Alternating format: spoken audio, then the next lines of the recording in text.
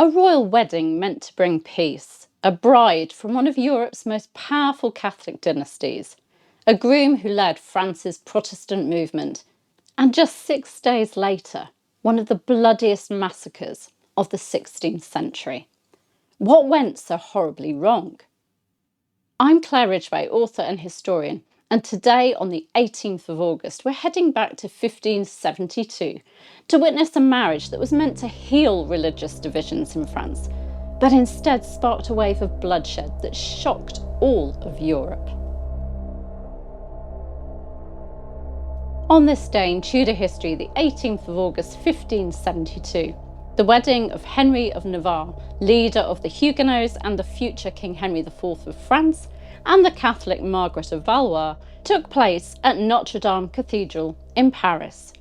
It was a marriage loaded with political ambition and religious symbolism. Henry, or Henri, born Henri de Bourbon, was raised a Protestant by his mother Jeanne III of Navarre, despite being baptised Catholic.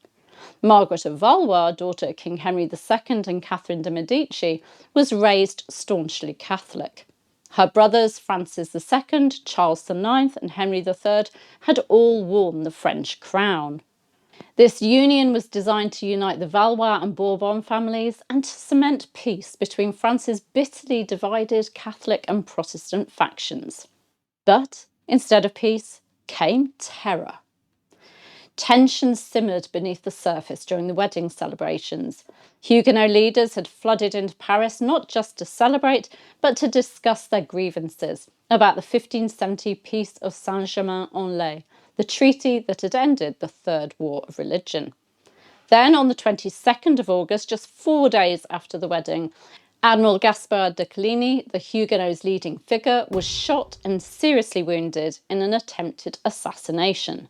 The culprits? Well, still debated. Perhaps the Catholic Guise family, perhaps the Duke of Alba in the Netherlands, or even Catherine de Medici herself.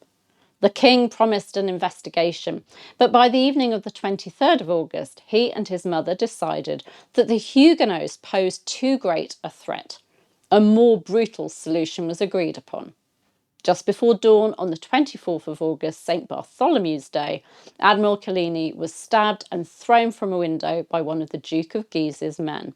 His brutal murder unleashed a horrific wave of violence across Paris. Huguenot men, women and children were slaughtered in the streets. Bodies were dumped into the River Seine. The violence lasted 3 days in Paris, but it didn't stop there. Word spread, and the killings erupted in city after city: Toulouse, Bordeaux, Lyon, Rouen, Orléans, and more. In some regions, the bloodshed continued well into October. The numbers are staggering, though still debated. Protestant escapee Maximilien de Bethune claimed 70,000 were killed. Other historians offer different figures. 2,000 dead in Paris, says Philip Benedict. 3,000 in the provinces. Some later estimates put the total around 30,000. Whatever the precise number, the St. Bartholomew's Day massacre was one of the most shocking and brutal episodes of the entire Reformation era. So what became of the couple? Henry of Navarre survived, just.